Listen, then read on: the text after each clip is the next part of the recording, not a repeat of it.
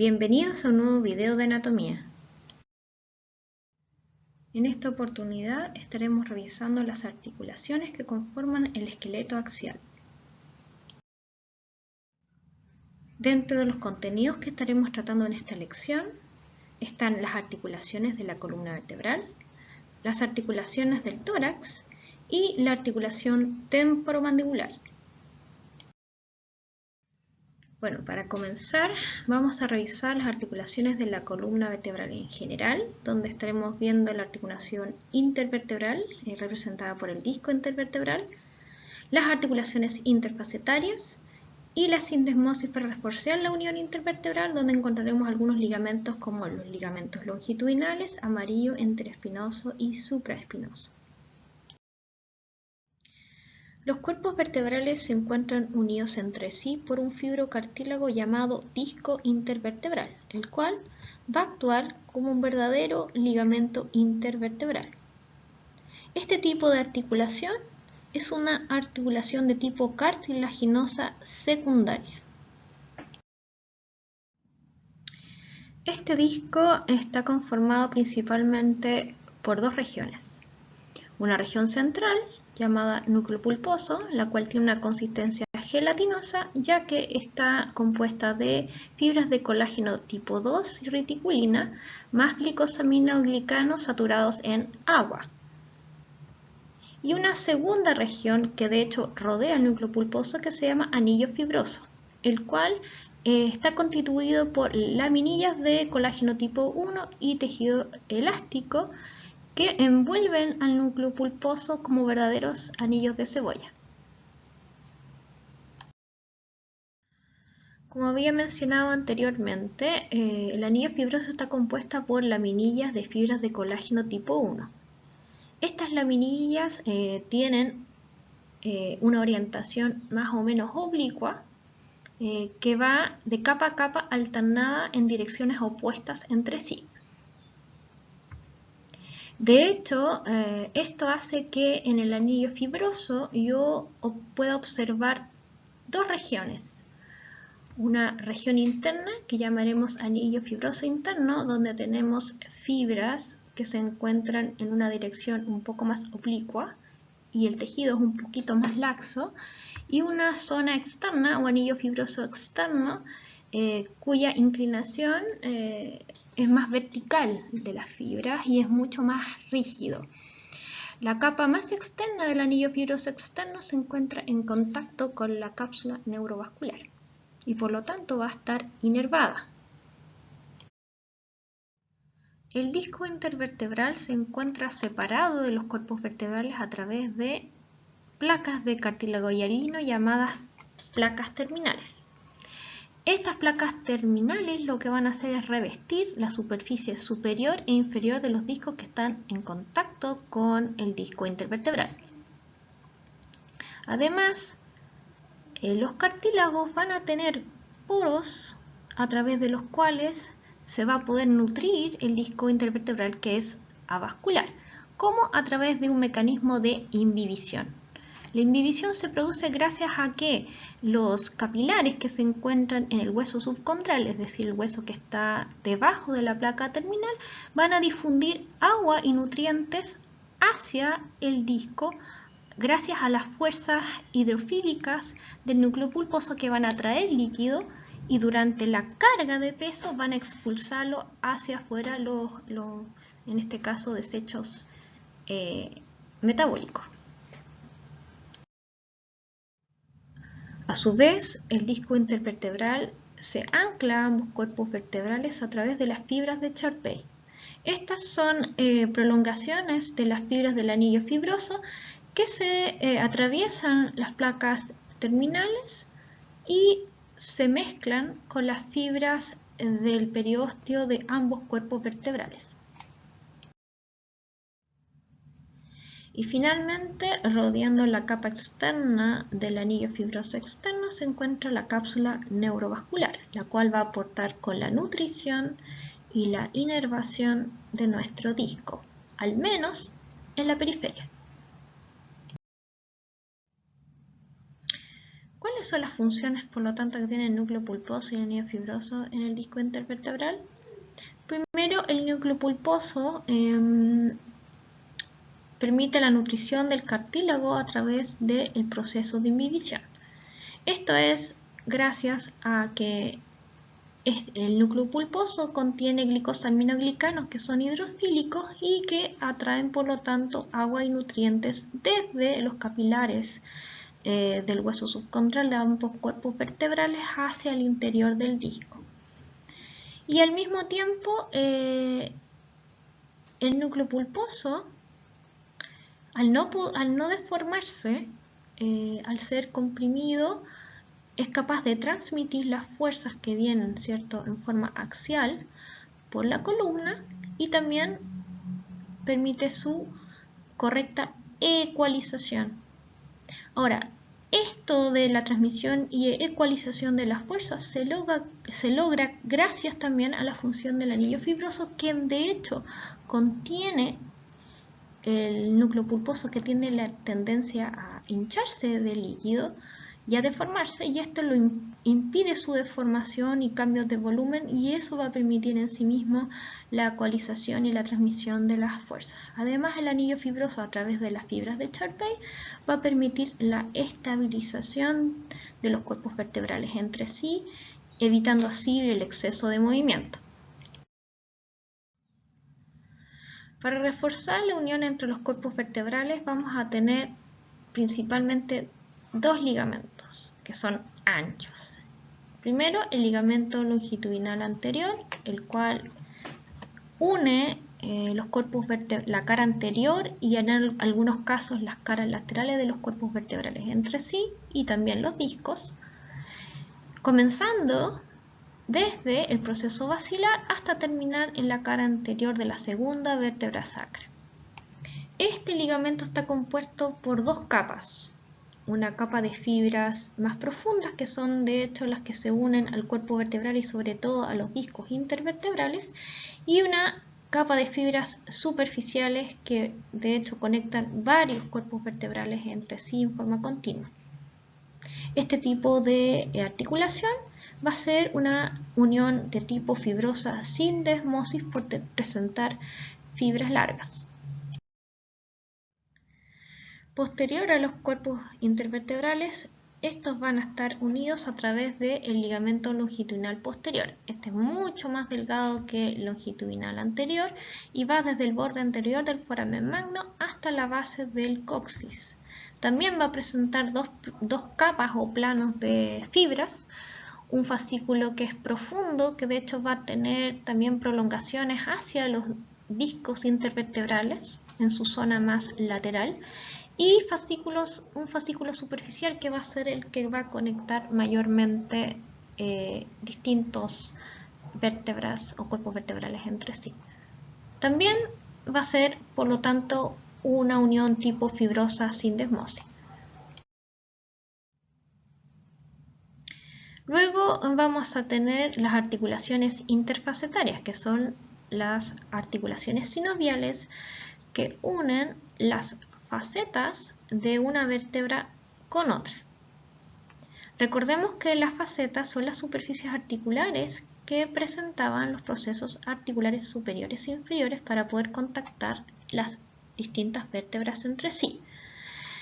Estos, dependiendo de la región, tienen distintas orientaciones e inclinaciones en grados para poder así moverse. En el caso de la vértebra cervical, recordemos que se encontrará en un plano de más o menos horizontal en 45 grados. Este tipo de articulación va a ser sinovial plana. En el caso de la superficie articular de la faceta torácica, esta tiene una inclinación en 60 grados en el plano más bien coronal. También las articulaciones que se van a formar son sinoviales tipo plana. Y finalmente, a nivel lumbar, la orientación de las facetas va a ser en 90 grados en el plano sagital, y las articulaciones que se van a formar interfacetarias van a ser sinoviales en pivote incompleto. Como toda articulación sinovial, las facetas se van a encontrar revestidas de cartílago hialino, es decir, cartílago articular, pero también se van a encontrar adaptadas con meniscos incompletos en cada extremo, que van de hecho a adaptar estas superficies. Rodeando esto vamos a tener como primer medio de contención la cápsula articular, que va a tener internamente una sinovial, obviamente, y ligamentos capsulares. Un dato no menor es que la cápsula articular en su extremo posterior está unido al borde anterior de otro ligamento que se llama ligamento amarillo o flavo, que de hecho vamos a ver a continuación. Y esto va a permitir controlar los movimientos de extensión de columna, es decir, los deslizamientos posteriores de las facetas. Como había anticipado, la unión interlaminar, o sea, entre las láminas, se logra a través del ligamento amarillo flavo. Este ligamento se dispone entre las láminas como verdaderas tejas y cierran de hecho el conducto vertebral por posterior. Y para unir los procesos espinosos entre sí, vamos a tener dos ligamentos. Los ligamentos interespinosos, que el nombre lo dice, va entre los procesos espinosos. Y el ligamento supraespinoso, que va uniendo los vértices de cada uno de los procesos espinosos entre sí. Estos ligamentos, por encontrarse por posterior, al igual que el ligamento amarillo, lo que van a hacer es limitar la flexión de columna. Y para estabilizar los movimientos laterales de los segmentos vertebrales vamos a tener los ligamentos intertransversos. Estos van a ir entre los procesos transversos y los van a unir entre sí. De hecho, estos ligamentos al principio eran músculos que con el tiempo se fueron atrofiando y fibrosando hasta transformarse en un ligamento. Ya que revisamos las articulaciones de la columna vertebral en general, vamos a dar paso ahora a la descripción de las articulaciones de la columna cervical. Acá vamos a encontrar principalmente tres tipos de articulaciones. Las articulaciones entre el atlas y el axis, articulación entre el atlas y el occipital y la unión tipo sindesmosis entre el occipital y el axis. La primera articulación que vamos a revisar es la unión entre el atlas y el axis, que se conoce como articulación atlantoaxial. Estos dos huesos se unen a través de dos articulaciones, una que es la atlantoaxial media y la otra las atlantoaxiales laterales. Las articulaciones atlantoaxiales laterales son articulaciones sinoviales planas con todos los elementos de una articulación interfacetaria clásica. Están compuestas por dos superficies articulares, que son las facetas superiores del axis y las facetas inferiores del atlas. Ambas superficies cubiertas por cartílago articular o hialino. Y la articulación atlantoaxial media es una articulación sinovial en pivote, cuyas superficies articulares van a ser, por lo tanto, la faceta anterior del proceso odontoide del axis, que va a articular con la faceta paralodontoides del arco anterior del atlas. Para poder contener esta articulación vamos a tener un ligamento, que es el ligamento transverso, que se va a insertar en las caras mediales de ambas masas laterales del atlas. Y esto va a permitir estabilizar la articulación durante las rotaciones de la columna cervical. Después tenemos la articulación entre el atlas y el occipital o articulación atlanto-occipital, también llamada C0, C1. Las superficies articulares de esta articulación, que de hecho es sinovial bicondilia, son los cóndilos occipitales y las cavidades glenoideas del atlas, ambas superficies revestidas obviamente por cartílago articular.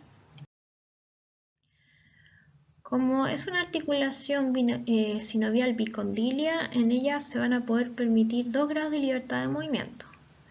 Por lo tanto, vamos a ver que se van a dar movimientos de inclinación anterior, posterior e inclinaciones laterales. Además, para poder contener esta articulación, vamos a tener cápsulas articulares que van a estar rodeando cada una y cerrando el espacio anterior entre el arco anterior del atlas y el margen anterior del foramen magno, vamos a tener dispuesta una membrana atlanto-occipital anterior. Y para cerrar el espacio atlanto-occipital posterior entre el borde posterior del foramen magno y el borde superior del arco posterior del atlas, vamos a tener por lo tanto la membrana atlanto-occipital posterior. Y para optimizar la función de los niveles atlanto-occipital y atlanto-axial, existe otra unión que se llama occipito-axoidea, es decir, entre el occipital y el axis. Esta unión es de tipo fibrosa sin desmosis y se logra a través de los siguientes ligamentos. El ligamento más profundo que se encuentra en la línea media es el ligamento del ápex del diente. Este ligamento viene desde el vértice, es decir, del ápex del proceso odontoides, y se inserta en el borde anterior del foramen magno, es decir, a nivel del canal basilar del occipital. El otro ligamento es el ligamento alar. Este está compuesto por dos fascículos que se originan en ambos lados del vértice del proceso odontoides y terminan en ambos lados, en las caras mediales de los cóndilos occipitales. ¿Cuál es la función que cumple este ligamento alar? Que de hecho es muy importante.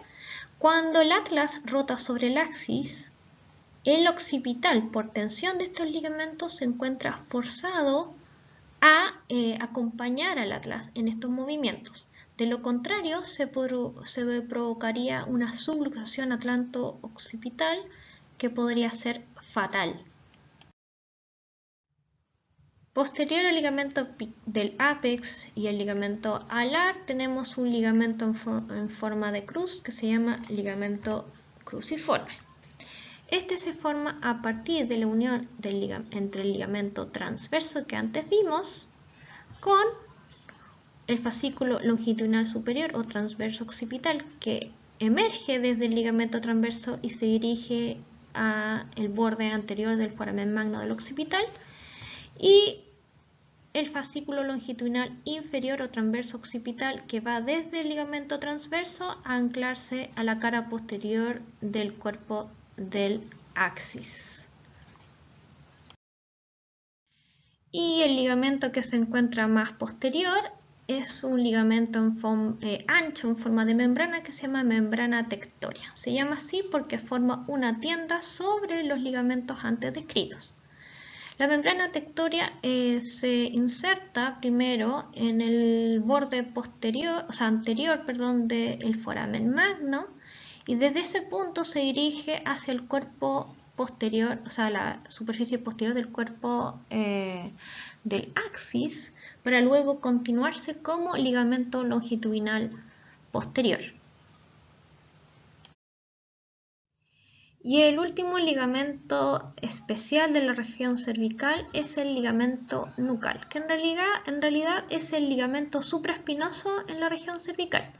Este se inicia en el proceso espinoso de C7 y de ahí va uniendo todos los procesos espinosos de las distintas vértebras cervicales e incluso más allá, hasta llegar a completar todo el espacio que deja el cuello hasta la nuca.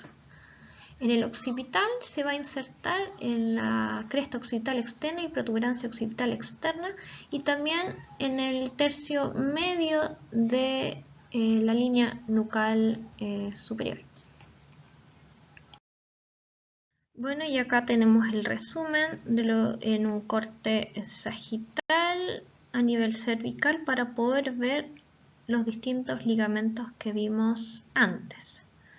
De anterior a posterior vamos a tener primero el ligamento longitudinal anterior desde el proceso basilar, ¿cierto?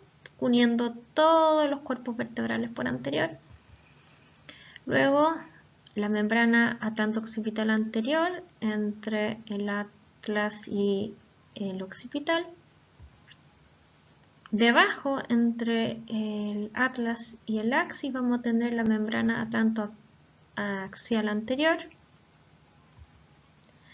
Luego en rojo vamos a tener ahí el ligamento del ápex del diente, que como pueden ver va desde el vértice del proceso odontoides a el proceso canal basilar.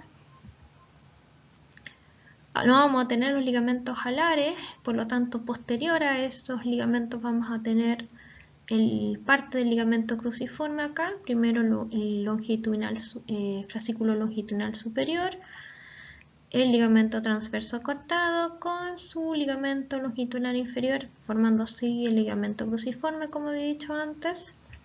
Posterior a eso la membrana tectoria que se continúa hacia abajo como ligamento longitudinal posterior. Lo que se ve ahí en color café es la dura madre, que como pueden ver se adhiere a la membrana tectoria y al ligamento longitudinal posterior. A continuación de eso tenemos las cápsulas interfacetarias, luego tenemos el cierre entre el espacio entre el occipital y el atlas a nivel posterior, que es la membrana atlanto-occipital posterior, y a continuación de eso los ligamentos amarillos cerrando los espacios que dejan las facetas, los láminas, ligamento interespinoso entre los procesos espinosos cervicales y sobre eso el ligamento nucal, que fue el último que describimos. Y con ese resumen terminamos de ver por lo tanto las articulaciones de la columna y ahora vamos a ver por lo tanto las articulaciones de las vértebras con las costillas y las articulaciones a nivel del tórax en general.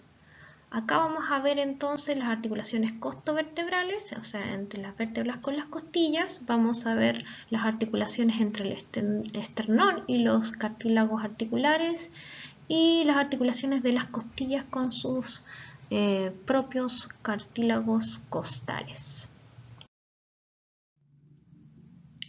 Las articulaciones entre las costillas y las vértebras o articulaciones costovertebrales hay de dos tipos. Tenemos la articulación costotransversa entre la faceta costotransversa y el tubérculo de la costilla, y la articulación costocorpórea entre la cabeza de la costilla y la fobia superior e inferior de dos vértebras contiguas. Ambas articulaciones van a ser articulaciones sinoviales planas, por lo tanto van a estar cubiertas de cartílago articular y rodeadas o contenidas por una cápsula articular.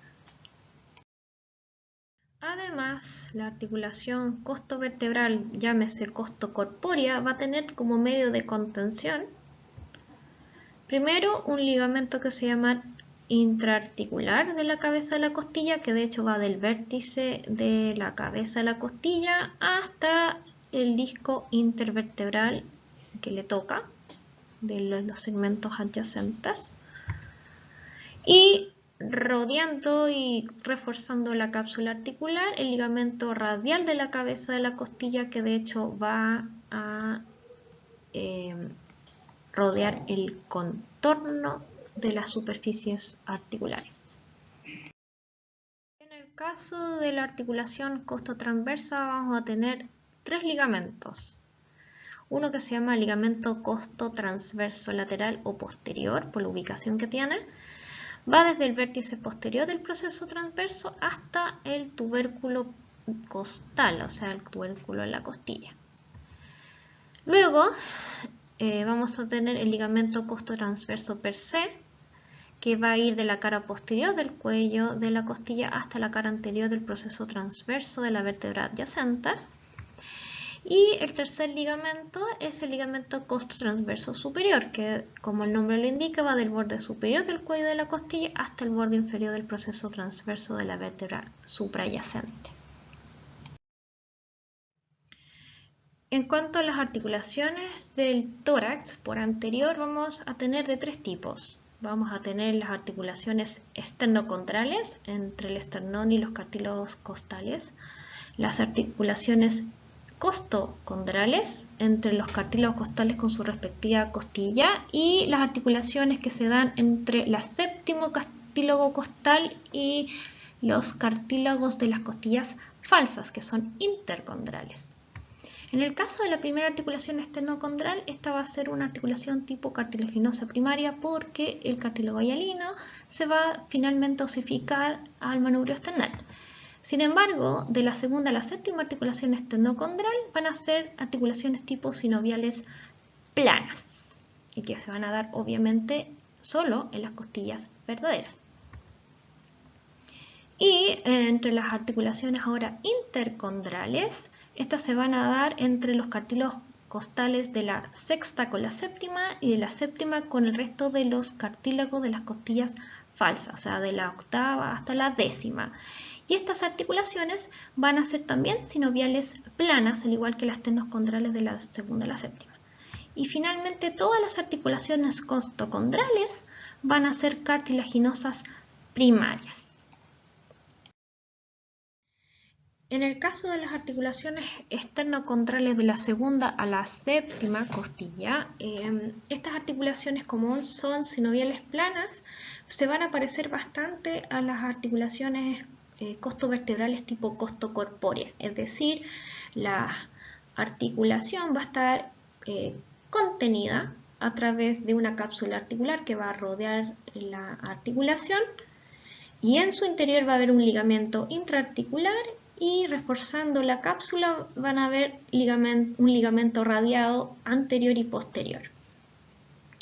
En cuanto a las articulaciones ahora intercondrales, estas van a estar unidas a través de un ligamento intercondral. Y para finalizar la clase del día de hoy vamos a revisar la articulación temporomandibular. La articulación temporomandibular es una articulación sinovial condilia doble, la cual se da por la articulación de tres superficies articulares.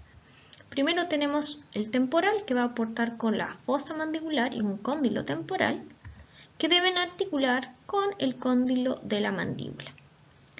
Como pueden ver, es muy difícil que estas tres superficies articulares puedan calzar entre sí, por lo tanto vamos a necesitar de un medio de adaptación, que en este caso va a ser la inclusión de un fibrocartílago llamado disco articular o menisco.